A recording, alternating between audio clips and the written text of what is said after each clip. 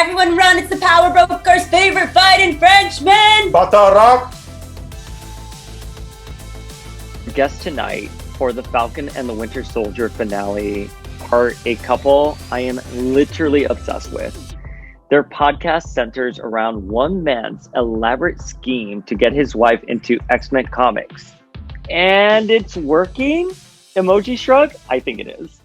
Oh, yeah. Oh, yeah.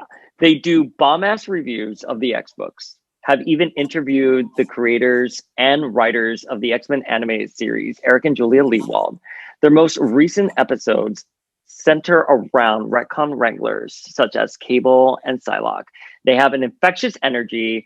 I love his voice. She is a cosplay goddess. Please welcome back Justin and Alicia from the X-Wife. Yeah. Woo! Thank you so much for having us. We love being here. These are great times hanging out with you. The thing that has helped me survive this pandemic has been meeting people like you guys. And I'm just I'm not being hyperbolic or bombastic when I say this because we're 15 minutes into the Zoom and I just hit record. I could talk to you guys forever. All the time. Yeah, all night. Hey, well, let's just get into it. Oh, we should record. We're just save it for the Zoom. Save it for the Zoom. I just feel like we would be IRL friends. Yeah. For sure. We will be. We will be IRL. We will be. The day will come soon enough. So you guys are on to talk about the Falcon and the Winter Soldier finale. And I have so many questions about it. We have so many listener questions. We have over 30 responses that came in the second that we found out you guys were coming. So we can't go through all of them, but we'll cherry pick some of them. But I want to ask a really general question first, which is you guys are obviously big MCU stans. You love the films. We've talked about that. How do you feel about the Disney Plus shows so far? I love them. Yeah.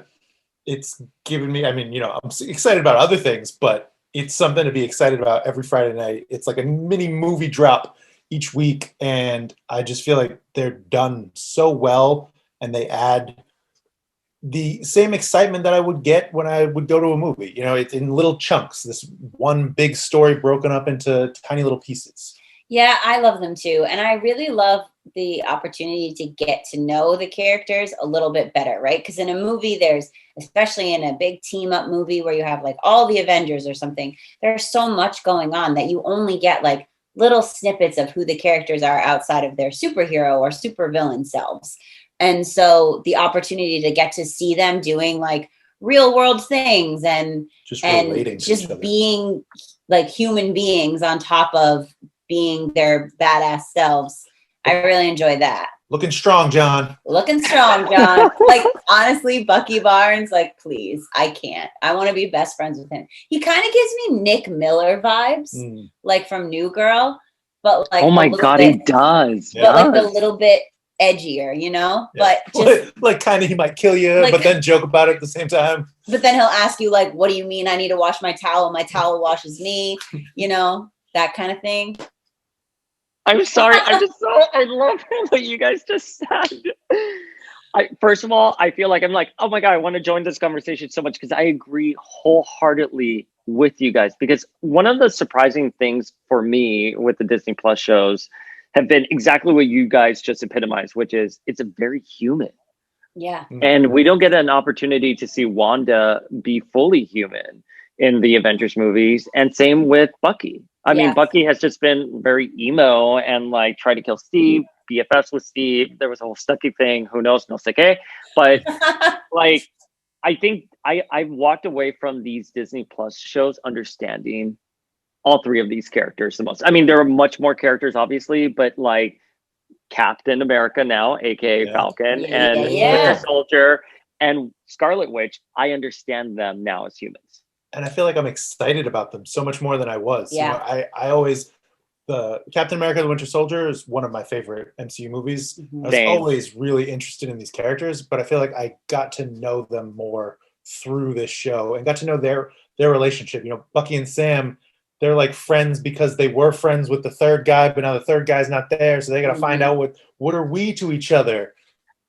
Yeah. And I also feel I really like that they're not surface dealing with issues, and they're dealing with issues. Yeah, the like real things. you know, WandaVision and the stages of grief and all of that stuff, like that was real. And what everything that is everything, like trauma, racism, like all of this stuff that's in Captain America and the Winter Soldier, it's so real. And I'm just glad that they're doing it, and they're using the platform that they have to talk, to start conversations about stuff like this. Like, it just makes me happy. It's like proud to be an MCU fan, because you're going there and you're doing those things, and you're not like, oh, was that this? I'm unsure. It's like, no, it was 100%. It's explicit. That was there. So I think that's really wonderful. You just said something so beautiful, and now I'm going to ask such a trolley question, which is, do you think these shows, and I've got in trouble for saying this multiple times, and I continue saying it, do you think these shows are skippable? I'm not saying they're not good. I'm not saying that people don't want to see the next puzzle piece into the MCU.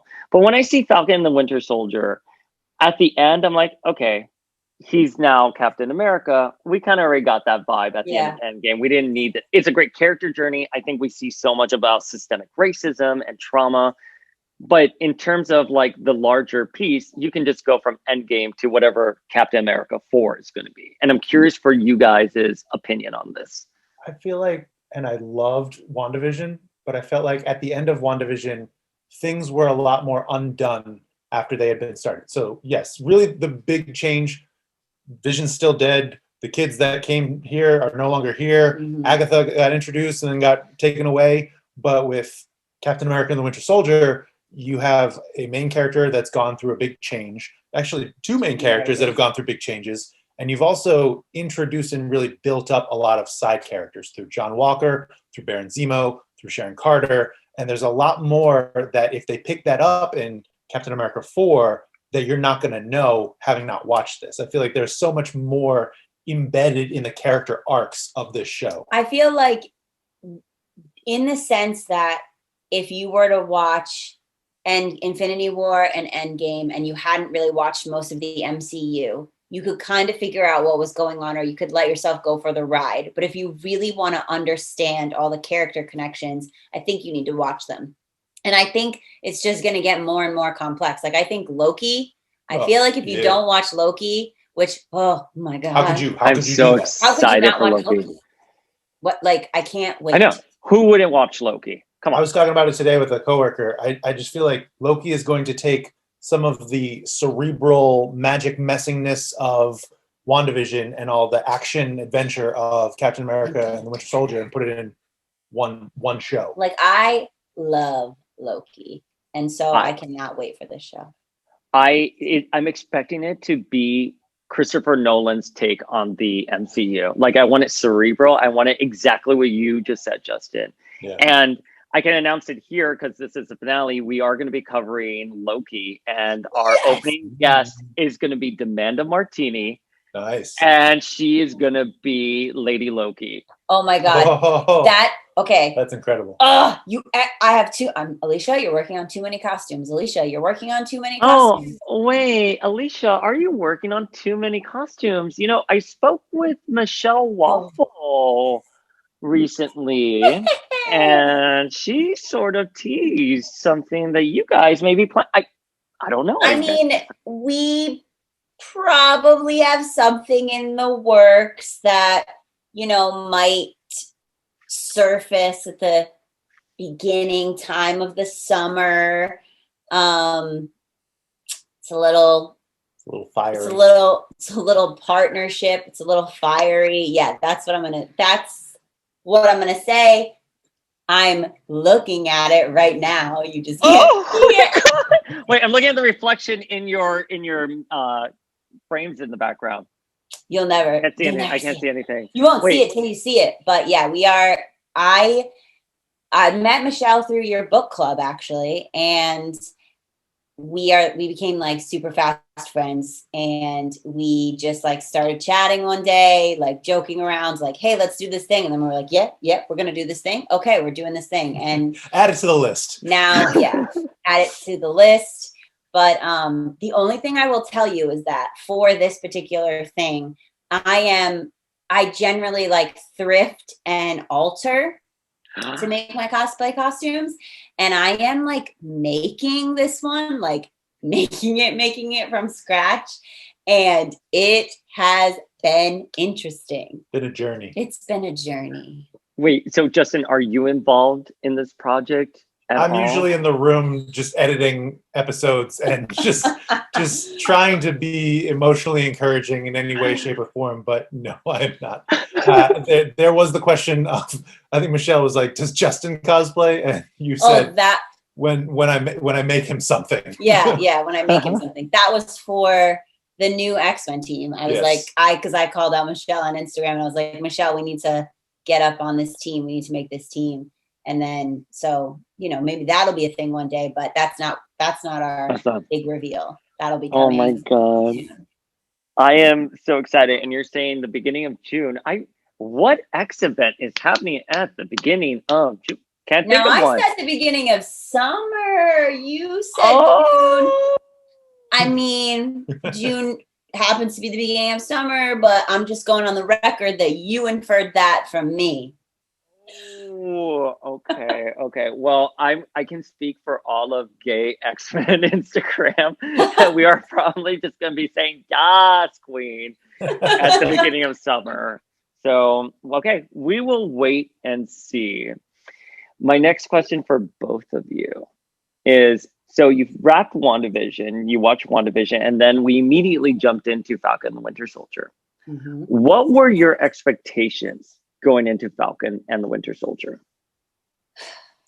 I knew it was going to be really different than WandaVision. Like I was expecting like a buddy comedy. And we got that.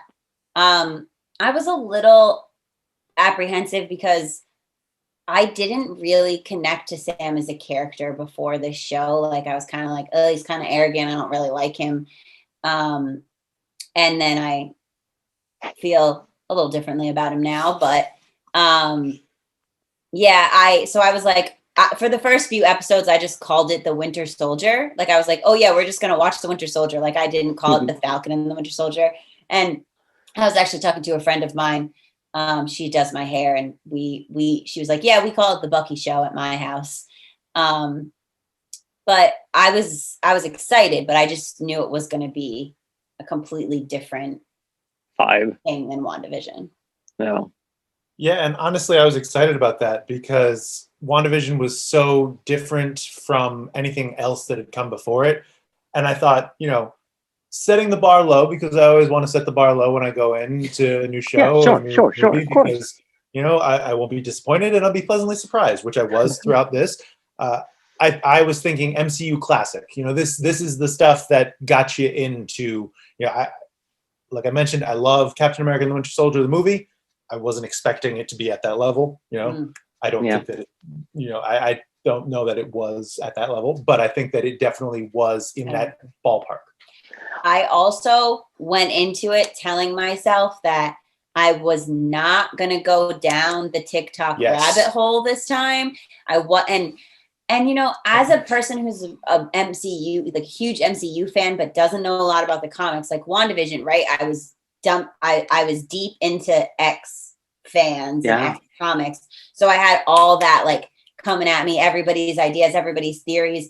And so I was like, okay, don't do that this time around, Alicia. Just enjoy the show. Can we please just enjoy the show? Watch the show. And I turn the phone off. I heard a couple things here and there, and there was like, when a certain character would appear, I would be like, okay, are they in the comics? And I would look a couple things up, but I really just wanted to let this show be the show and experience it like as it came out, have it be fresh, have the like aha moments when I was actually watching the show, and then can go back and listen to people talk about what things meant or who someone is or where the deeper connection to the comics is. But I was much happier this time around. I didn't have any moment. Like there was one episode in WandaVision that I watched and then I said that episode was stupid. It was boring. Because we knew everything because we had obsessed over the episode, broken things down. And then I took that back and I was like, those are dirty words.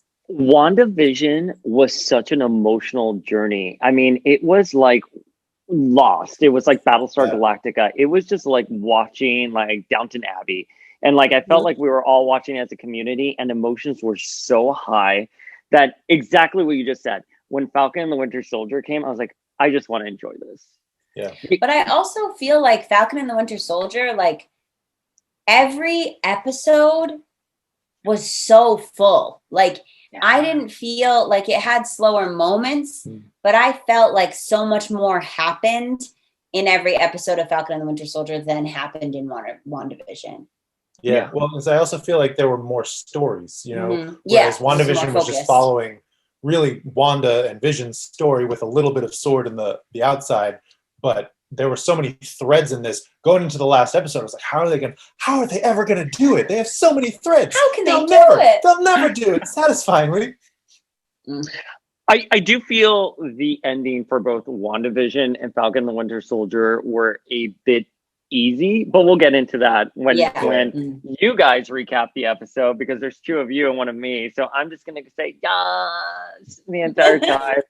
But I wanted to ask you guys a couple more questions about Falcon and the Winter Soldier before we get into it, because one of the biggest surprises for me, and we kind of knew it was coming, was Madripoor. But the way Madripoor was shown and depicted in the series, I'm curious, what did you guys think of Madripoor? And Alicia, especially you, not knowing what it was, what was your first impression? And Justin, the princess bar, you know what I mean? Like, what was it like seeing that? So I'm like, what's the princess bar? I don't know. Madripoor was cool. I was like, this place is groovy. I'm into it. And I like, just the biggest thing for me about Madripoor was just like, this was the only TikTok rabbit hole I went down, was just like every person putting Bucky, Sam, and Zemo walking to different music.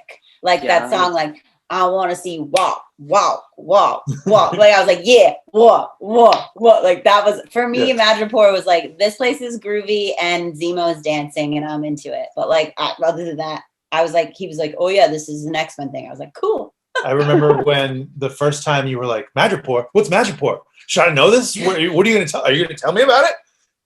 I was excited, you know, even the fact that Feige, I believe, mentioned we're able to include a location that we weren't able to include previously because of the Fox deal, because of having X-Men back in the fold. Madripoor would have been off the table previously. And isn't that wild to think? I'm sorry to interrupt you. Isn't that wild to think that the legal rights went as deep as like locations in the MCU, or excuse me, in the Marvel comics? Like that's wild to me. Anyways, I'm sorry, continue. I wonder how deep those conversations are when that came up. You know, was Latveria obviously on that list with the Fantastic Four still at Fox at the time? You know, I just feel like those are Latveria. I don't know. Oh, hopefully you will be finding out soon. Hopefully. So I went a little deep with Madripoor in the sense that they created that tourism website, right? Oh yeah. ExploreMadripoor.com, where you can go on and you can check stuff out. And there were a couple of Easter eggs relative to X-Men that they quickly took away. But I looked them up and I found them and I was like, oh, which characters are you referencing? Because for some reason you would do that. And they kind of tie into a couple of particular people. You know what though? I can't even say that anymore, because I was going to say they don't do anything just to do it. But after what they did to me with Quicksilver and the Fly, I know they do stuff just to Mephisto. do it now. I am disappointed about Quicksilver, because I don't understand why you would have Evan Peters there, an actor with so much goodwill behind him, everyone excited for him. Everyone thought it was going to be Mephisto. He was going to play Mephisto going in. So why not just have him be the first in a multiverse saga that we know is coming? Yeah. So I don't know. Well, but he still could be, because he's in witness protection. Okay, he's the one. Yeah. I'm telling you. I just feel like it was a big nothing burger that made everybody get excited about all this nonsense, and it set the speculation on fire. And you know, it was clear that couldn't have been what they were doing, because then Feige would have to be responsible for having everything else make sense and connect in some way. You could have them pulled from this other dimension, this other Earth, but I feel like that would be a lot to explain in this WandaVision story. But You're right. Here's the thing, and I don't want to make this about WandaVision, but like the way I walked away from it in the end was, okay, he was just Ralph Boner, it was just a gag. Why even do it? I mean, Wanda literally created children. She recreated her dead husband. Why can't you get Aaron Taylor Johnson back? And it would have been more of an emotional sucker punch if she had to say goodbye to her children, her husband, and her brother. Yeah. I still don't understand what the point of Evan Peters was, other than to be a red herring that kind of irritated the audience. It irritated me. Irritated is a very nice way to put it, Paul. Enraged. Enraged. I just like, I like, there are certain things that like I'm fine with. Like you had to give a red herring for things. That's totally fine. Like I'm chill with that. Like I'm really chill with that. But like, come on. Evan Peters as Quicksilver, no. Like deliver on that story. Like it's everything everyone wanted. And the fact of the matter that Elizabeth Olsen and Evan Peters had excellent chemistry. Yeah, they did. Their chemistry was excellent. It was, and then him with the child Speed. I'm forgetting the actor's name. I was sold on it. And then they did that to us. So I was like, I'm sad. Womp womp. So who has been your favorite character in Falcon and the Winter Soldier? Bucky. 100% Bucky. Bucky. I'm here for Bucky. I actually wore this. This is my Captain America hat. Okay, yeah. I wore this out somewhere to a rehearsal mid-show, and I was like shamefully wearing it. I was like, this was like at the point when John Walker was Captain America, and I was like, stigma. I was like, shame. I wish this was a Winter Soldier hat. Shame, I know your name. I have to tell you, I thought John Walker was depicted really well in the series, in that you understood his journey as a character from where he began, his motivation, where he ended up. Mm-hmm. So I'm glad that they weren't giving us half-baked villains. Like these were villains like Thanos that you can walk away being like, whoa, that is a fucking monster. But I understand the journey the character did. Who was yours? Your fave? I don't know. That's a good question because I feel like there were I think it was a mix. I can't say Sam and Bucky, but I feel like I was mixed between, because I also throw Zemo on that list. And oh my God, Zemo was so great. And that's why I feel like I enjoyed this story so much, because I felt so connected and invested in each of their stories and how they intertwine. When the three of them, that episode, and so I guess it stems from Bucky, because really he created the animosity or furthered the animosity between the two of them. He was the one that broke Zemo out and kind of created he didn't. Zemo broke himself out. Sure. And furthered that story with the Dora Milaje. And I thought I loved that scene. Good.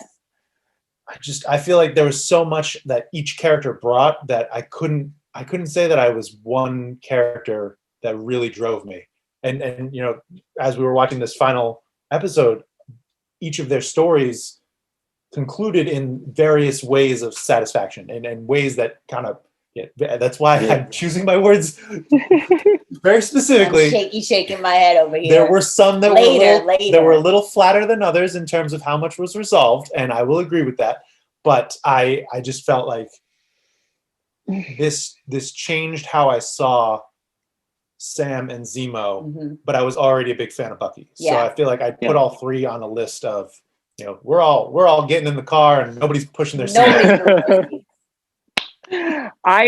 So my favorite was definitely Sam in the end. I love his Captain America outfit with the wings and everything, even though I was like, well, objectively, I don't think it's a cute costume, but I'm such a sucker for like early 90s NASCAR, like bright colors, like looks, that I was like, yeah, I love it. But I thought he had such a great journey. I think I've cited already before countless times. I love the bank scene when he was applying for a loan and how he was hamming it up. And the bank teller was literally being like fucking racist, being like, oh, I'm sorry, there's nothing we can do for you. I'm like, really? That's an Avenger. Like, at the very least, you know he's going to get endorsements. You know he's going to get that goodwill. Like, I'm pretty sure you just have to tell your branch manager that you have the Falcon. Get up and go talk to someone. Yeah, and, say, and they will give him a loan. Like, it's not like I came back from, you know, the dead 5 years later and they're like, shit, man, like your student loans and your credit card bills really suck, man. But like, he is Falcon. He is a known Avenger. Like they could have given him something. So I think the way he portrayed it, and I thought he was so handsome. I thought he was so like cute. But I've always loved Bucky. I'll tell you the one person I did not like at all. Who? Walking away from this, and I wanted to like her a lot more, was Sharon Carter. Don't get me started on that disgrace to the Carter name. I know. I don't. Listen, here's the thing about Emily Van Camp. I've seen parts of Revenge, like clips.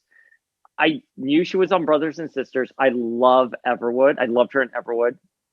I don't know if I believed her as a power broker. I don't want to spoil the rest of the episode, but I don't believe her as a power broker. She just didn't give me nefarious villain big vibes from like, you know, other big baddies we've got. That's just my opinion. Yeah. Yeah. But, I would agree. Like it's not deep down in her heart. She's not evil. She's just a good person. She's too good of a person. I don't know. Yeah. I agree with the idea that she might have been doing what she needed to get by and survive and make this new life. But this is an outsider in Madripoor. Who's gonna follow this person? Well, I guess like so she'd been there since before the blip, right? She'd been there since Civil War. Yeah. Which, by the way, I love that. Much of an outsider. I love that backstory that, like, while the Avengers didn't take care of her, the Avengers don't pay the Avengers. You know what I mean? Like, I love all those, like, intricate pieces. But I don't know. There's something about because, like, I look at Wanda, I look at Elizabeth Olsen's acting, and I'm like, Elizabeth Olsen is one, like, cutting your bangs away from going ape shit and destroying, like, the whole universe. Like, I believe that. Look at Elizabeth Olsen.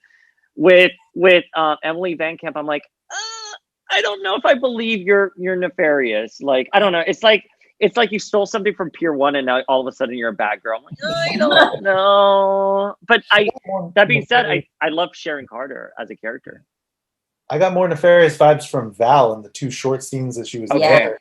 Literally, next question. Ask them about Julia Louis-Dreyfus. So I'm going to ask you that. Yeah. Love it. Yeah. Love her. I'm into it. I love someone who's evil, but is like, who me? Playfully about it. Like when she's like, but I did it, but I didn't, but maybe I did, but maybe I didn't. Don't call me that. Yeah.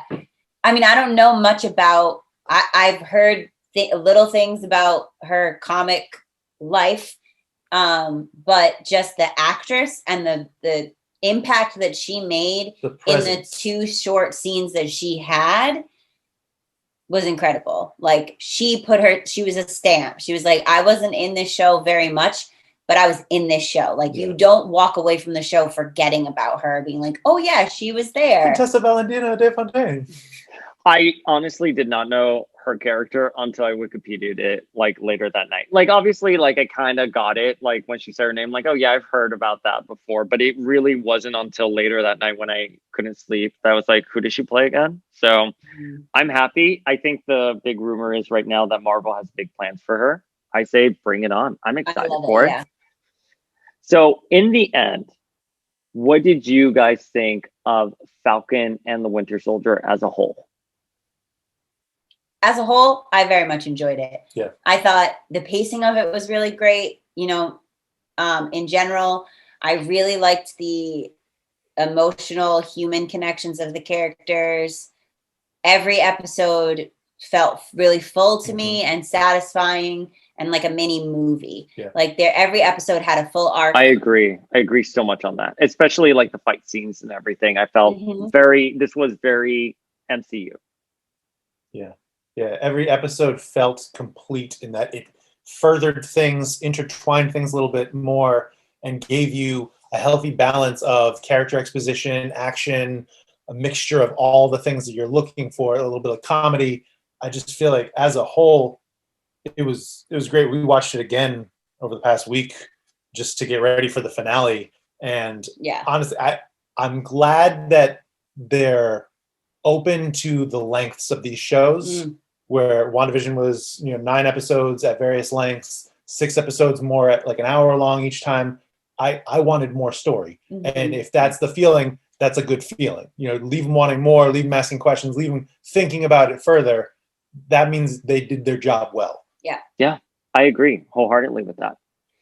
All right, guys, you ready to dive into the episode? Oh yeah, buckle up for this recap, baby. All right, listeners, for the first time ever, I'm going to take a back seat because I got Justin and Alicia here and they're going to recap and I'm just going to be like, yes, you're right, yes, whatever you guys say. Falcon and the Winter Soldier, Episode 6, One World, One People. We open on Carly and the Flag Smashers. Voiceover of her last speech to her crew. The movement is ready. Attack on the GRC vote, lockdown in full effect. It's a no-fly zone, but Sam is coming in through the air. Bucky's on the ground, and Sharon shows up as backup. Sam comes flying in, Carly notices him, and reacts emotionally, initiating the plan. The Flag Smashers gas the GRC meeting, causing them to begin to evacuate, gathering them by the window. Epic entrance of Sam in his capsuit. Goosies!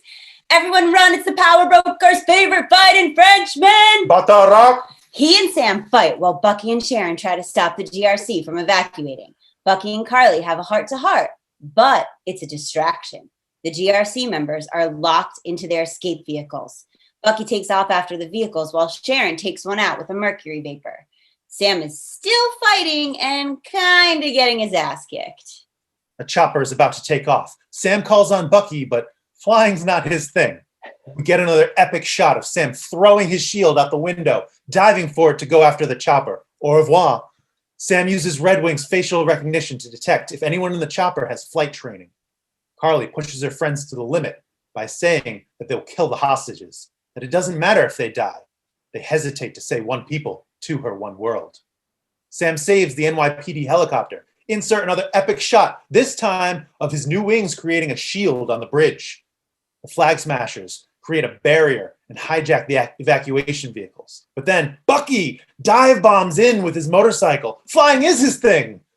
Carly sets one of the trucks on fire to give him someone to rescue so they can get away. Enter John Walker. Let's finish this. He takes on Carly and her team while Bucky saves the people in the burning truck. Then Bucky joins John to take down the Flag Smashers. He's knocked off the ledge, but he hits the ground with a classic superhero landing. Sam connects with the woman in the copter through earbuds, take out the pilot, and she steps in. Day saved. John and Carly duel. She knocks him out, and she goes for the other GRC-filled truck, sending it over the edge, and suspense ensues. John has a big choice here, save the people or go for Carly. He chooses the people, and symbolically, his homemade cap shield falls to the ground. But he too falls when attacked by the Flag Smashers, and Sam saves the day once again. Shield and mini Red Wings in view. Someone in the crowd calls Sam the Black Falcon. Nah, that's Captain America. Bucky catches the rod thrown from Carly as the shield knocks everyone over. You of all people bought into that bullshit? Enter Batroc the Leaper. Smoke bombs everywhere. Carly and her people get away. All three team up and follow her. Bucky and John go one way. Sam goes another.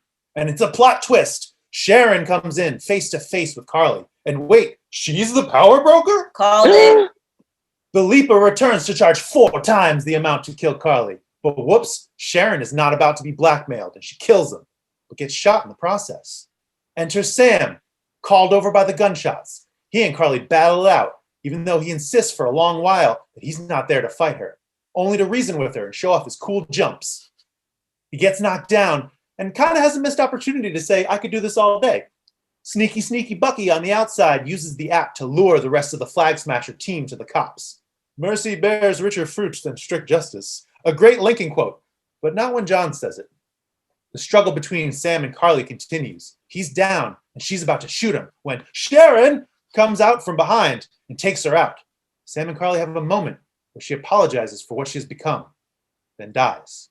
Captain America carries Carly's body to the center of the police and the news force. Reporters storm him with questions. What do we call you? Is it Captain Falcon? Sam gives an epic speech with the eyes of the world watching about points of view and hate and the common struggle that finally exists. This is the chance to come together to make a difference, asking them, how are you going to use your power? He comments on the weight of the stars and stripes, how everyone is watching, judging, as the Bradleys watch from home. Bucky looks on proudly. John takes it all in. Bucky gives Sam a nice job, Cap, as they walk away and then takes Sharon to get her wounds taken care of. Cap goes and grabs the last of the Flag Smashers out of the river to join the others who are being transported to the raft. You think there's some trickery here with the one world, one people, but then Zemo's sneaky friend blows them up. Cut to Zemo, smirking in his cell, resting easy. It's time to wrap up all those loose threads. Couldn't have worked better if I planned it myself. Val's got a connection to Zemo. Don't call me that. Don't call her. John Walker taking his sweet, sweet time getting into that snazzy U.S. agent outfit. He's thrilled to be back, even though he just left. Bucky goes to visit his old friend Yori to tell him about his son and how he killed him as the Winter Soldier. Cut to the doctor's office with the book all crossed off and a thank you note. Sam makes his way back to Isaiah, who tells him that he's special, and they talk about the meaning of Sam being Captain America. Sam takes Isaiah to the Cap exhibit, where a statue of him telling his story now resides. So now they will never forget what you did for this country. Time for a barbecue! Bucky hugs Sam, secretly looking for Sarah, playing around with his future stepsons. Celebration and good times ensue. Feeling of relief. Captain and the Winter Soldier, who really should be called the White Wolf, but... We'll get to that later. End credit scene. Sharon is pardoned and given her old job back, and then she shames the Carter name by calling her people and saying that she now has access to government secrets and weapons. Tisk, tisk.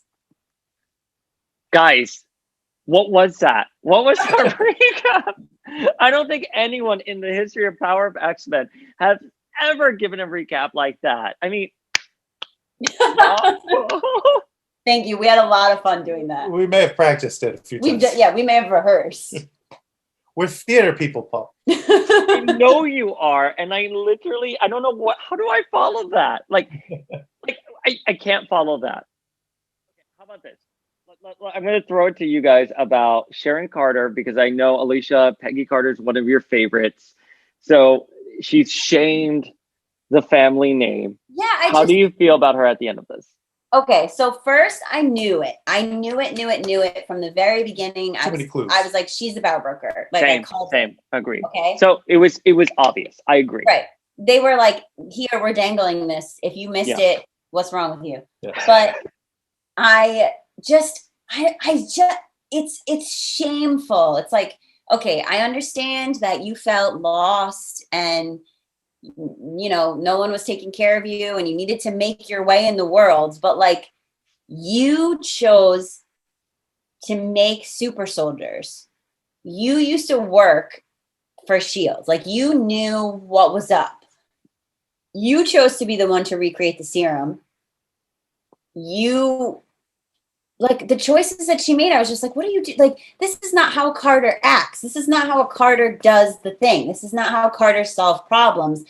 Aunt Peggy would be ashamed of you. And especially when all of her problems get removed and she still turns on it. Like that was no reason. She could have very easily just been like, bye, Madripoor, bye, everyone. Like, I'm out.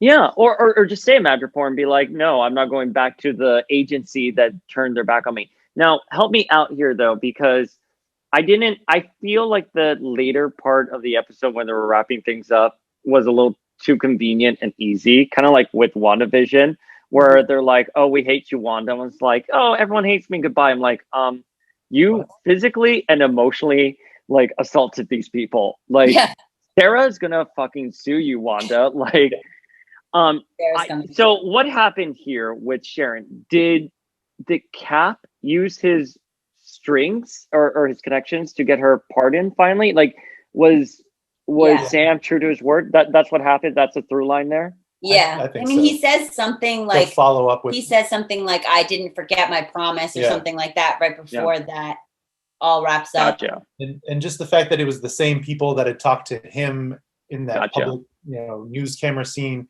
It felt as though he started that conversation because she was still on the run. Nobody knew that she was there. So he must have brought that up, and the fact that, she was integral to them saving the day.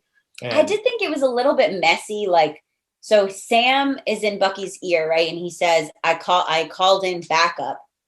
And then you see Sharon and she comes and she does her little like face reveal thing. Which was from Winter Soldier with Black Widow. Yeah.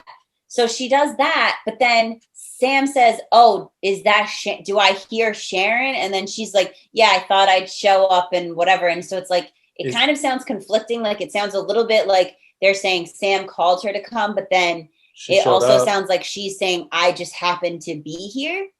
Yeah, or like I'm just here because I'm the power broker and I got shit to do here, and like none of you figured it out. I'm here to kill Carly, actually. Yeah.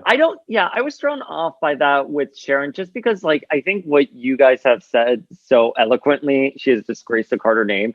I just don't understand. I understand her being vindictive and probably not wanting to go back to the States, but I don't understand her being like, okay, I'll take this full part and now I'm gonna take down, the world. And I'm I was like, really? They're gonna make her like she's now some kind of big bad, like she's going to be a double agent, like the power broker is going to be this thing. Especially to have been like her introduction to have been where Hydra had infiltrated. Like she's becoming the thing that she was so against in Captain America and the Winter Soldier. She is now this double agent that she... Exactly. Right. I just feel like that's such a hypocrisy. Okay. Well, thank you next, Sharon. I guess we'll see her in like future movies or shows. But yeah, I wasn't wild about Sharon. The other thing I wasn't wild about, and I don't know, it just felt a little too neatly wrapped.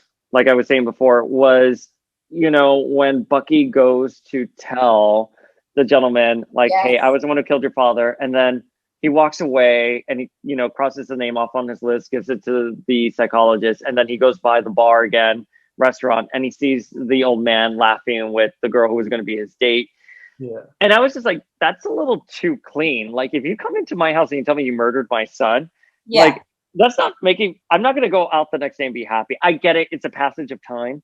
Yeah. And it was kind of like clipped together, but I don't know. I felt like I needed a little bit more room for that plot to breathe for me.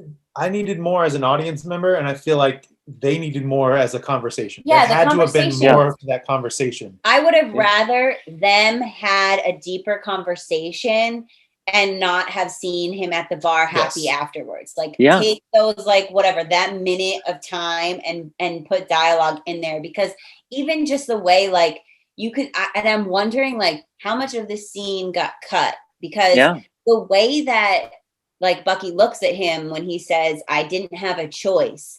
And it's like, okay, we know you didn't have a choice because you were brainwashed, you were the Winter Soldier. But like, this guy doesn't know. So like, you got to tell him. You can't just be like, I was Winter Soldier and I'm out. Like, especially since we know he's not a celebrity like Cap was, or Falcon, or any of the other characters. He's not a celebrity. Winter Soldier was under the radar. He was pardoned. But the other thing too, like I agree with what you guys are saying. Like I would have liked him to have just looked like when he's talking to the dad like breaks down and starts crying. And like we know the dad's not gonna kick, Bucky's ass. Just sit there and like let that scene marinate like that. And that is Bucky's penance. Yeah, you know what I mean? Like it was a disservice to like us as an audience to not get to see that, but I also feel like it was a disservice to his character. Like it was unfair, right? Bucky was going through this whole transformation. And the other thing that really bothered me is like right at the beginning of the show, the very first time we saw the Falcon and the Winter Soldier, I said to Justin, those words are going to change at the end because they're bold, right? They're in bold. So they're going to change and it's going to say Captain America and the White Wolf. And I know there's been a lot of talk about people wanting it to have said that. And I think for the entire show, Bucky and other people kept saying, when I was the Winter Soldier, like as a former thing. To leave that identity and behind. For him to, even though I felt like that scene was rushed, for them to have wrapped all of that up, for him to have crossed all his names off the list, and for them not to have let him get rid of being called the Winter Soldier and be called White Wolf, or even if it just said like Captain America and Bucky Barnes, something that like, maybe we didn't see his transformation fully into the White Wolf, but we know that he's not the Winter Soldier anymore. And so that felt like kind of a slap in the face to Bucky as a character, to still end the show being called the Winter Soldier, and for us not to have him have a real character like I felt pin in the end of that. He didn't have the closure that I needed. Like, Sam's story got closed out in all the threads, and really well done. And I was really excited. You know, the Bradleys, that story really satisfyingly done. I just felt like Bucky, to have included all this stuff of his reconditioning and his evolution with his relationship with Ayo and with the Dora and in Wakanda, I just felt like you did the work to get us there. And then you even had the note in episode 5 about, you know, this is how you make amends. You're avenging. You're not actually letting things go. You need to deliver on that. You set it up. Now knock it down. Like I still love the episode, still love the show. I just felt like Bucky got shafted in the end. Right. And like, what did you say? You said something to me about how like the episode before was a full hour and this episode was 51 minutes. Like, yeah, I noticed that too. Why? Why was this one shorter than the penultimate episode? You could, and we're not saying add another location. Literally, you have your actors, you have your location. Just keep on rolling. Just like improv a little bit. The wrap up stuff didn't feel too long to me. Like I could have had more barbecue too. Give me a barbecue. When are Bucky and Sarah going on their date? Like what's happening? Yeah, no, I agree with you wholeheartedly. Although when you said Bucky with his future stepchildren, I thought you meant because Sebastian Stan and Anthony Mackie had such great chemistry. Like, and they are the new Stucky. You know, do you guys know what Stucky is? Yes. Yeah, of course. But yeah, I mean, I agree with everything what you guys said. I don't think I thought about it necessarily in that regard, and I love it because what is there left for Bucky to reclaim with the Winter Soldier mantle? There's nothing there. It's not like Jean with Phoenix, where that's a very complicated history. Literally, the Winter Soldier name for Bucky is just pure trauma where he's hurt and killed other people. You know, with Jean and the Winter Soldier arm anymore. Right. Yeah. And none of the programming's been removed. The names have been crossed off. The arm's been changed. Like to still have him. You're carrying that baggage even though it's been dealt with. Yeah, and you know, with something like Jean and the Phoenix, where she's reclaiming the Phoenix, it's because, you know, she was either replaced by the Phoenix or the Phoenix operates on a high evolutionary, moral, gray, cosmic level. But with fucking Winter Soldier, it is black and white, good and evil. It is Hydra bad, Winter Soldier brainwashed, doing things against his will. And I really love what you guys just said there. Wait, what did you guys? Oh, sorry, go. Like, okay, Zemo, like, despised Bucky as the Winter Soldier. And if Zemo can see that Bucky is no longer the Winter Soldier, then it clearly is gone and done. Like, Zemo acknowledged it, so why can't you, Marvel? Come on, Marvel. What did you think of Zemo's butler blowing up the Flag Smashers in the end? I thought that was a nice little nod to connect them in. You know, I thought it was unexpected. And then to see Zemo just kind of hanging out at the raft, to very specifically go to the raft, give it another title. Like, there was a lot of attention called to the raft. They're building, you know, they were going to, the fact that we're going to send these super soldiers, even though they didn't even make it, we're going to send these super soldiers to the raft because that's what we do with all these superpowered people. We're just going to put them in one place because that's a great idea. Yeah. I agree. liked it. And I thought they did a good job when, you know, when we were on the plane and he and Zemo had their little interaction of like, we're in cahoots, you know, like we're talking in a different language and we're like telling jokes and I only got you the champagne and not everyone else. Wink, wink, nudge, nudge. Like they kind of had their a little nod to like these two have a connection and like he's very loyal to Zemo. So I thought it was, I liked it. I was like, hey, that guy. Yeah. And what did you guys think of Sam's journey here? I mean, we've already touched upon it a lot, but I think, you know, we have our new Captain America and I'm very happy with him. I think he looks great. I think they tackled a very real issue that if we went from a blonde hair, blue-eyed white guy as Captain America to a man of color, there would be this level of contention. And I'm glad they tackled it. And I'm glad they showed why Sam is Captain America and why he's deserving of that mantle. I was talking with someone today on Instagram about the arc of Captain America and how you had Steve Rogers, who, especially when he was beginning, they were all representative of the times that they were in and the way the world was at that time.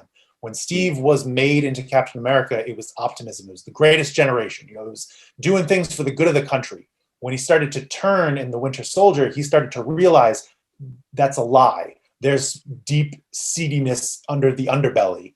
And to really be what it needed to be, he became the Cap that he needed to be, and through that arc. And then now you have a Black veteran who's a social worker who can empathetically connect with people and really understand the struggles and traumas of the people around him.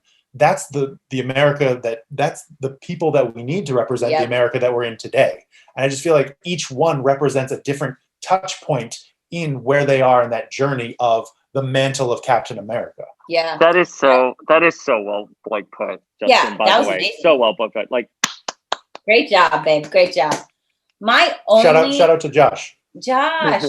My only issue with the arc of Captain America isn't even really like an issue with the arc, right? But they made such a huge point of showing how John Walker used the saying like, I am Captain America. Do you know who I am? I'm Captain America. Like, used that as like his privilege, right? I'm Captain America. Yeah.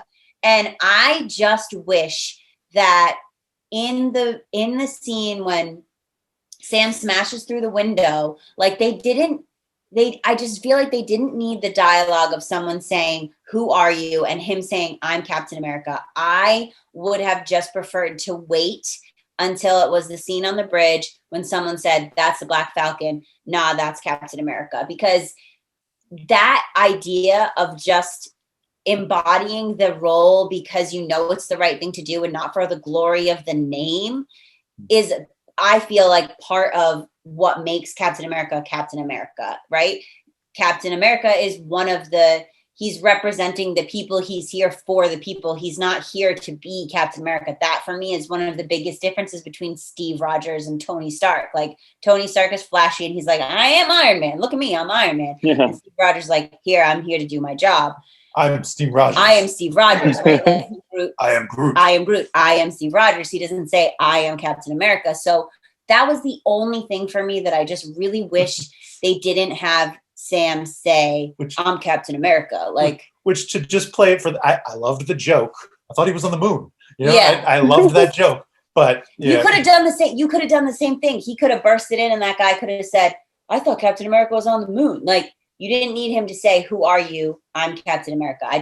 That was the only thing that like irked me. But also now that I'm thinking about it, like, clearly that's not the same Captain America. He's a Black man and has wings. And clearly you know that there was an intermediary Captain America. So now even though it made me laugh, I take it back. It doesn't make any sense. Yeah, no, I mean, those are all really valid points. And I'm just curious. Here's the thing. I'm curious, in universe, did people know that Sam inherited the shield from Chris Evans, or excuse me, Steve Rogers? And what were their feels that then Falcon gave it to the Smithsonian, but then the U.S. government gave it to John Walker? I'm curious about that.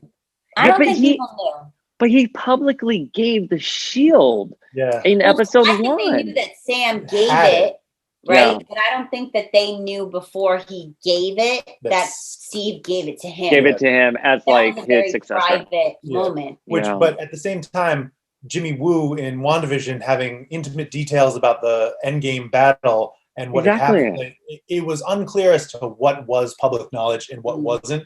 But I would agree that I don't think that people knew that Steve was bestowing the mantle of Captain America onto Sam. Especially because people didn't seem to know where Steve was. He's on the moon. Right? He's on the moon. Like, they didn't know, right, that he is old man Steve Rogers now. So I feel like they didn't know about that until Sam did it. And I also feel like if that was very public, exactly like you said, he very publicly gave the shield to the Smithsonian. So why wasn't there more like public outrage of all of a sudden John Walker getting the shield? Exactly. You know, like, you as a person of the MCU, like, you live in the MCU, you're like, hey, what's up? my world's constantly destroyed by superheroes. And then you see on the news, you see whatever, Sam gives the shield. Okay, they're going to memorialize it. It's going to go in this big Cap exhibit. And then 2 seconds later, this guy walks out with the shield, and you're like, I thought that was supposed to be special now. It's not. I think there should have been more internal public outrage. I just thought I could have believed it a lot more if Sam hadn't publicly given the shield to the Smithsonian. If it was just like, hey, I'm giving this back to the government because that's, I feel that's the right thing to do. And then the government would have turned around and done that. Because I just don't, again, understand that journey. But, it's fine. I'm glad it ended with where we're at now with Sam. And I'm excited for Captain America 4. Yes. What did you guys think of the Flag Smashers as a villain? Because I thought it was really interesting. I was talking about this. I went on a trail with my cousin in the Everglades a couple of days ago, and he turned to me. He was here like, I love the MCU because they deal with shit like what happened in Far From Home about the blip and how like people who died came back into their houses and it scared them. And I said, well, you know what? Falcon and the Winter Soldier deal with that story head on about the Flag Smashers and explained that concept to him. And he kind of liked it. But the more I talked about it to my cousin, I was like, I don't know if it was as flushed out as I wanted it to be. Yeah. So I'm curious what you guys thought of it. I thought it was a great concept, but I don't feel I felt the emotional weight just because of limitations of screen time. I don't really know what the world was in those 5 years, and I didn't see these borders bleed together. So I'm curious how you guys thought about that. I heard something about that a lot of the Flag Smashers story was supposed to relate to a virus or a plague that somehow affected people who were displaced from the blip, like a virus or a plague that happened after the blip. So I think it was partially the blip displacement, but partially this virus that was supposed to be part of their story. And then they reshot a bunch of stuff and changed it because it was way too close to COVID story. And they were like, we can't have this. So I'm wondering if part of the reason why it wasn't fully fleshed out was because it was supposed to have this other part to it. And then they just like reshot to cover up this other part or refinagle this other part. Which we know Disney totally does. They always do reshoots, everything. That's especially with COVID and that they had that interim period. Of course, they were going to rework the stories. We saw parts of that in WandaVision as well. So yeah, but I mean, I agree with that. I hadn't heard that, but I love that. Thank you. Yeah, no problem. TikTok, baby. I love that there's this sub community on TikTok that's all about like MCU, like Disney Plus spoilers. It's like theories. TikTok has corners, and you like and you just like a video, and then all of a sudden that's like all you see on your feed. But I think the story of them, I guess I would have liked to see or hear from a few of the other people, because with Carly too, like I was a little bit confused about her story. So when she's at Mama Dania's funeral and she's talking and she talks about losing her parents and not being able to remember her parents, I was really unclear if like her parents died pre-blip and then she moved or she lived with Mama Dania and then they found a house somewhere of someone who was gone from the blip and then they got displaced, or like what that whole situation was. So I definitely feel like there were some questions in their overall story, but I think that even the comment she made to Sharon when she was, talking about why she kind of parted ways with what Sharon's idea was, is that Sharon wanted basically revenge and Carly wanted to change the story. So like, I agree that there's could have been a little bit more to that, but I think the overarching idea that there are people that like the government feels like not my chair, not my problem, like I don't really need to deal with this. They'll figure it out on their own. That through line, especially even with like Sam not being able to get a loan because he didn't have any credit or anything for the last 5 years. and just this idea that they don't know how to take care of these people, but these people are still people. I thought that was a very good backstory for someone that was like a villain, but that you also wanted to sympathize with or have compassion for. Yeah. I liked the beginning of the Flag Smashers. I liked how, like, I found myself being like, yeah, I would probably be a part of the movement too. Like, you're just gonna, all these people are gonna disappear, and then you're gonna come back in and start to tell us how to live. No, we've been surviving for the last 5 years. We've been trying to make it work. You can't just come back and reimplant all this institution, all these systems that kept people down and kept people away. And I felt like there were parts of the story that I was, all right, yeah, give me the serum. Let's do it. Let's smash some flags. But then I feel like as a necessity of the plot, they radicalized them, or at least they radicalized Carly. And that took a turn where I just didn't see that type of action. I didn't see her transition from we're doing these things for the people versus burn it down. Yeah, what was the when they went to steal like the supplies, and they were like, you have 6 months of supplies, whatever, and that's when she first blew up that building. What was the trigger for her to do that? It was literally I agree. the message. Well, and I really wish that they would have emphasized the fact that how hard life was in those 5 years, because it wasn't just half the people on the planet were gone. It was half of life. And that includes food. And that includes a lot more than just like family members who disappeared, and like the whole world was literally decimated, and they just didn't take the opportunity to really like hit that point. And I think that would have humanized it a little bit more, because I agree with you. They go to take those supplies and they're like, oh, you have 6 months worth of supplies, bomb, like I'm like, why? Like it just, you fail to make that leap there. But I feel like that was a necessity of the plot. They're like, hey, whoa, don't identify too much with this.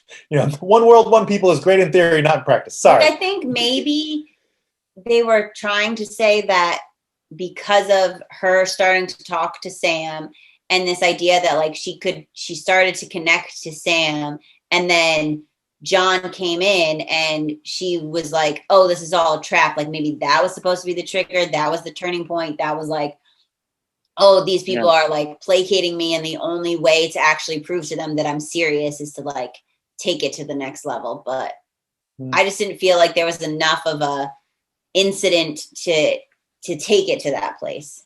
I love that scene, just while we're talking about it, and looking at the scene where Sam is connecting with Carly and just really flexing that skill of working with people and connecting to people. I felt like that really stepped up Sam and his character for me in that moment, where there was something where like he's showing his back to her, and he has no, and not in like a negative way, but more of like a, hey, I don't, you could attack me right now. I'm not threatened by you because I'm here connecting with you as a human. I just felt like that was a real interesting layer to add into Sam's character that had been there all along because of his grief counseling, his trauma work with veterans. But I just felt like that was a way to really flex that power. Well, the thing about that scene that really kind of irked me, because I don't disagree with what you guys said. I think what I love about that is that you see that distinction between John Walker and Sam Wilson. Why Sam can go in, he can connect. This is why he is Captain America. The only thing about that, I would say, is that like, why wasn't he just truthful with her? Like, why wasn't he like, listen, there are people outside. This is our last effort to come and reason with you. Instead of it just being so cliche and melodramatic that like John Walker comes in and she's like, you betrayed me. And it's like, no, that's not what happened. Like literally he was trying to buy you time. And I think it could have just been solved easier if he just would have said like, look, there are people out there who want to hurt you. But I agree. I think that was a great scene. And it was, again, it's one of the many reasons why Sam is Captain America. And like, while we're talking about characters that didn't get things fleshed out enough, I wanted to know more about John's trauma. Like clearly, whatever he got those medals for had to do with leaving someone without backup. because he brought it up a few times. Like he kept bringing it up to Bucky, like you're going to let him go in there without backup. And that's why he was so antsy. And that's why he decided to like storm in and go in.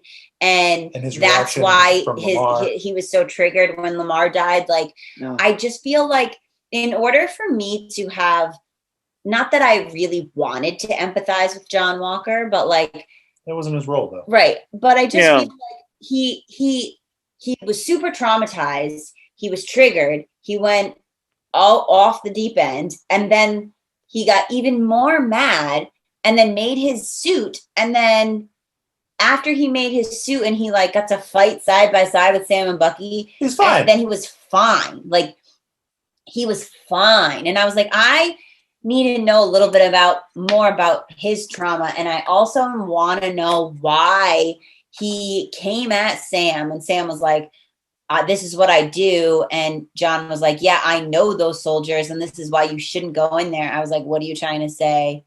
Yeah. Like, what is that about? That was like, give me a little bit more about John, because he was so angry and so like determined to make his own suit and all of that stuff at the beginning, at the end of his, oh God. It was a TikTok. It's a TikTok of the scene where he's making his own shield and it's with the audio of a Home Depot commercial. So good. It's so good. It's so good. Okay, you need to send that to me like ASAP, like right now. I will. But like he was so built up, and then he gets there and he's talking to Carly and he's like, let's finish this. And he had the whole thing like Lamar's life didn't matter. And then all of a sudden, oh, we're cool. He's cool. He's groovy. Yeah. I'm cool with Lincoln, baby. Let's do it. Yeah, like that felt a little bit. Again, it was like the ending on things that they just wanted to like cut off everything and just tie it up like really quickly, which is what I felt they kind of did in WandaVision as well. I don't know if it's just this first round of Disney Plus shows that they're just getting their feet wet. Look, it's better than a lot of TV out there, especially whatever's happening on the CW. You know, that CW wasn't the WB, which I had when I was growing up. Oh yeah, but, WB. Like that was legit storytelling. But at the same time, I felt a little bit more expectations from Marvel because I wanted them to have a little bit more of a sophisticated storytelling, especially when it came to the end. And I feel like they just abruptly, you know, when you're on a plane and all of a sudden they're like, we're going to start our initial descent. And then 5 minutes later, you're on the ground. You're like, whoa, that was really quick. And I'm a little airsick now. Yeah. That's kind of like how I felt happened with WandaVision in this. I could have dealt with exactly what you guys said. Like you have the actors there. Just roll it for like a couple more minutes just so we can have it. It's not like the episode, like that final episode was action packed. Like it was epic shot after epic shot after like it was amazing. Yeah. And so like we watched it 3 times. Yeah, we watched it 3 times. So like, let's be honest, if the last bit of it was a half hour long of wrapping things up, I wouldn't have been upset about that because I was like, I just saw so much action. Okay, can I see how this ends? And it was just like, boom. It was like they were like checking boxes. Like, okay, we have U.S. agent and we have this amendment. It just seems transparent right there. You're going check, check, check, check. And that's what I don't like about it, is how transparent they were with that narrative. The one thing I will say about John's story is that I feel like they're leaving that on the table for a future. You know, he's obviously going to come back. Yeah, right? Like he's still tapped. You don't give him a new suit and a new code name and connection to Val without plans to build something else with him, right? So there's gonna be more of his story revealed. So I think that in the same way that WandaVision was Wanda's and Vision's story, it wasn't about Doctor Strange, it wasn't about Mephisto. Mm-hmm. This was Sam and Bucky's story, and they introduced these other threads. We'll see Zemo again. We gotta see Zemo again. We gotta see him again. We'll see Sharon again. We'll see John again. We'll see Val again, and they'll go off in different ways and really explore their characters, I think. Agree. Are you guys ready for listener questions? Oh yeah, I'm ready. Hit 'em. All right, so we asked the community to give their hardcore feels about Falcon the Winter Soldier in celebration of you guys coming on. And again, we got a lot of responses. I'm going through them. Some of them are actually, they're so good. Some of them are a little salty, but that's okay. I mean, we're here for it. I teared up seeing Captain America and the Winter Soldier. I did with the scene where they were talking about there's a word for, someone who loses their parents, but you don't have a word for a parent who loses a child. That made me cry. Yeah. And then in the museum, that was a little emotional. Oh, with Isaiah. Yeah, that was. Yeah, the whole ending with Isaiah, that got me. Even I want more Isaiah. Yeah, I will say, yeah, when Sam was giving the speech and Isaiah wrap up, and that is one that I will say I felt we got. And then the other night when we were watching it for the third time, Justin paused the thing and I read Isaiah's story on the placard. And they actually put the whole thing in there. They put that they shoved the story under the rug, and that they were experimented on without their permission and all of that. So yeah, I cried. That was and obviously we're gonna see Eli. Yep. The Young Avengers are coming, so hopefully we'll get more Isaiah Bradley. Let's see what else. Feed me more. Yes, I think we have spent the last hour plus discussing how we want it more. Yes. Yeah. I don't know if we'll get a season 2. I mean, I don't know what their ultimate plans are. For me, these Disney Plus shows have been very much a one-off. I would prefer them to be standalones. Same. And if you're gonna do something else, call it a different name. Have it Captain America and the White Wolf. Right, sure. and I don't feel like you can't do Captain America 4 and then just return back to this show, right? There's gonna be, in the same way that Thor in the Dark World wasn't just Thor 2 or Thor Ragnarok. It's got to have an evolution to it to reinvest in the other stories that are happening. But I would say that if they could, in Captain America 4, they continue the story, and then Bucky and Sam are like a duo, I wouldn't be upset to see another side story of just what they're doing, and then go back to another, as in betweens of a movie. But I don't think it should be just a show.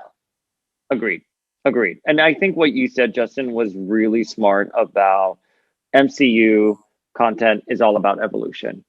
And it's been there in Thor, it's been there in Captain America, it's even there now in the next wave. We are going into presumably Avengers 4 sometime in the future, and we don't have Captain America, we don't have Iron Man in those traditional regards. They have really shaped it up. So agreed with what you both said.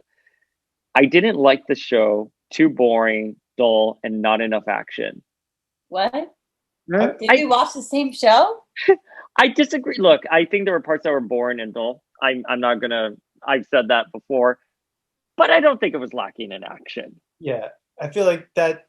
They came in with an idea of what it was going to be, and it didn't meet that expectation. And you're always going to be disappointed if you write the show in your head before you see the show.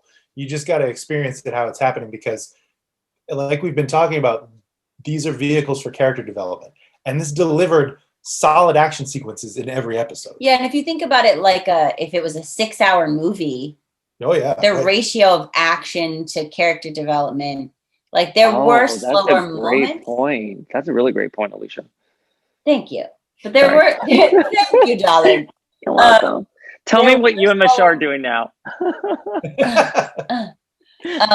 There were slower moments, but I feel like if you are only in it for the action, then those moments seem boring.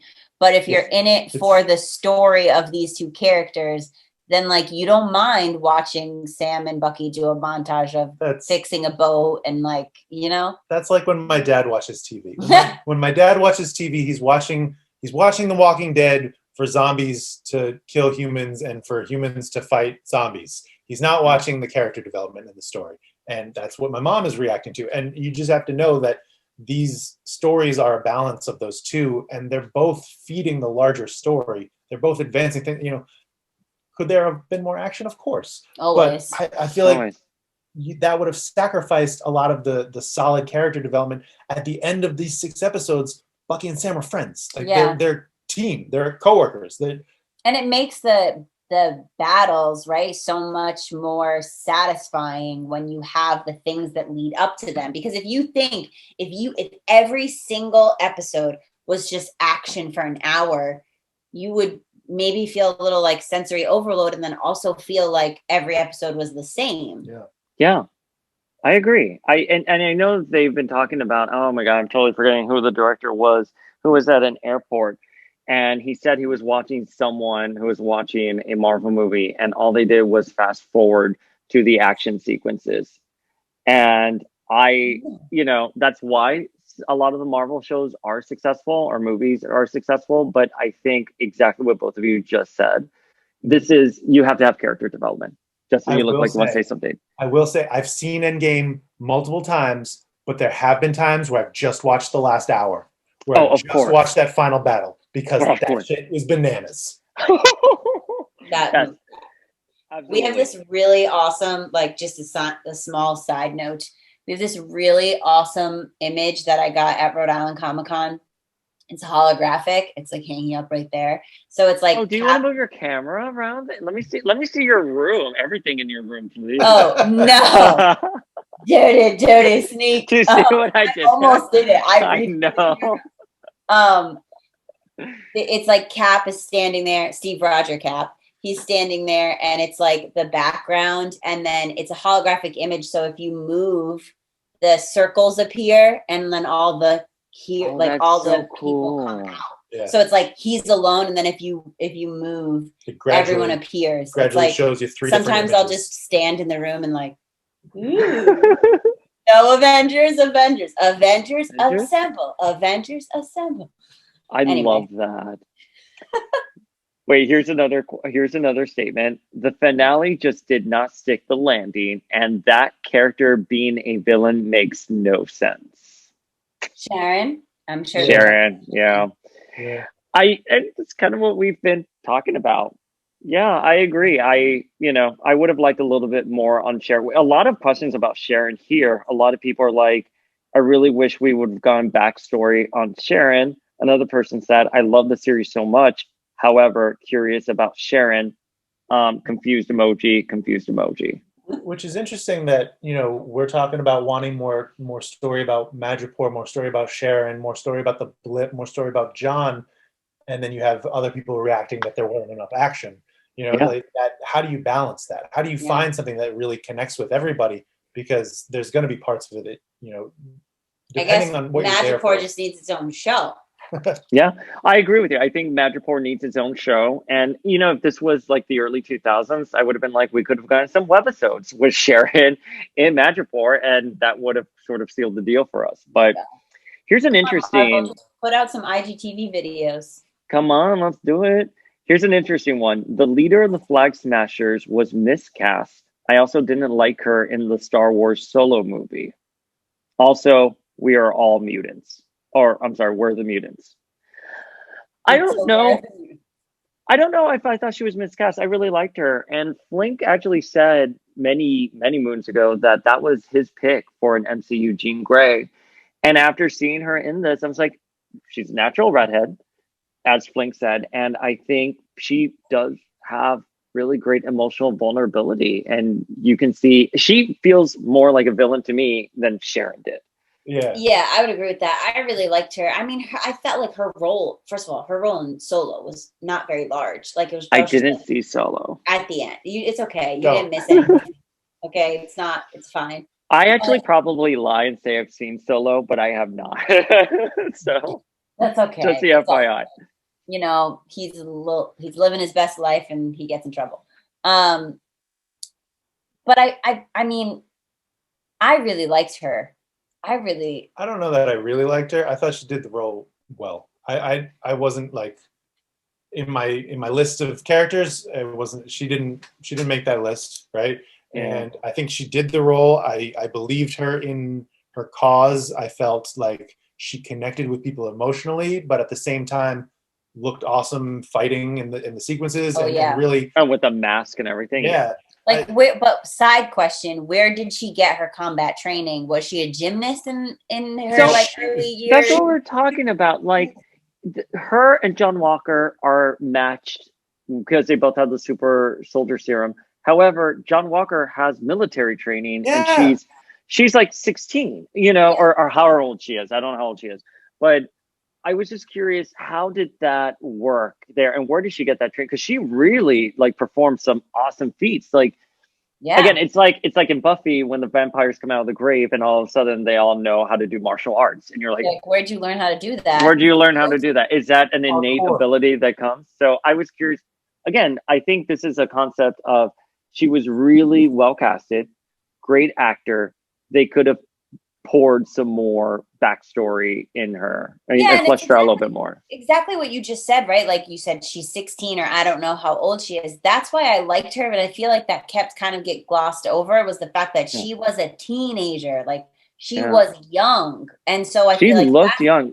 I'm looking up the actress right now to see how old she was. Like that's why she maybe made like rash decisions or didn't think things through, or like felt a little immature, but because she was immature, like which I love. Who knows, maybe she was like 11 or 12 when the blip happened, and then she was dealing with all this stuff, and now she's like 16, 17 trying to figure out what that means. Oh my god, she's a baby. She was born in 1998. What a baby. She's 22. The actress is 22. But she is, because grandpa here is like Sam even says something like, or a teenager. Like he says she's a teenager. She's a kid. Same thing that they say about Wanda, who is like in her 30s. Yeah. Right. Late 20s, 30s. Yeah. I'm going to look it up. How old is Scarlett Morgenthau? Okay. Let's see. Okay.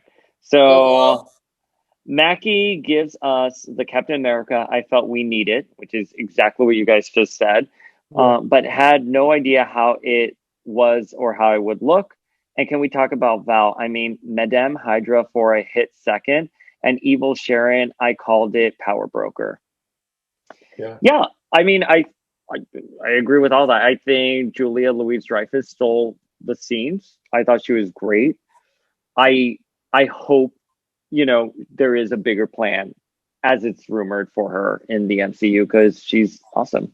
Just a straight up fact that, like, I've heard now multiple times, so I guess it's like an official nickname, that her name is Madame Hydra. I'm like, gimme more of that, please. Gimme more.